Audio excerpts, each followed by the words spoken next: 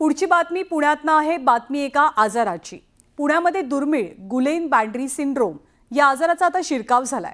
या आजाराचे जिल्ह्याभरामध्ये एकूण 22 संशयित रुग्ण आढळले आहेत। यातले 6 रुग्ण हे पुणे शहरातले आहेत, तर इतर रुग्ण जिल्हाभरात पाहायला मिळतात। या आजारामुळे सध्या नागरिकांमध्ये काहीसं चिंतेचं वातावरण असून पुणे महानगरपालिका सुद्धा आता खडबडून जागी झाली आहे।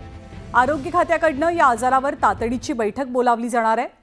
पुण्यातील या दुर्मिळ आजाराची माहिती पुणे महानगरपालिकेचे आरोग्य अधिकारी डॉक्टर नीरा बोराडे यांनी दिलेली आहे।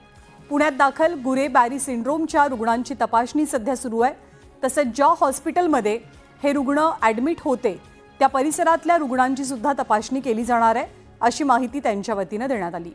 सध्या संशयित रुग्णांचे सॅम्पल्स NIV कडे पाठवले गेलेत आणि सॅम्पल्समधनं नेमकं समोर काय येतं हे पाहणं महत्त्वाचं असेल।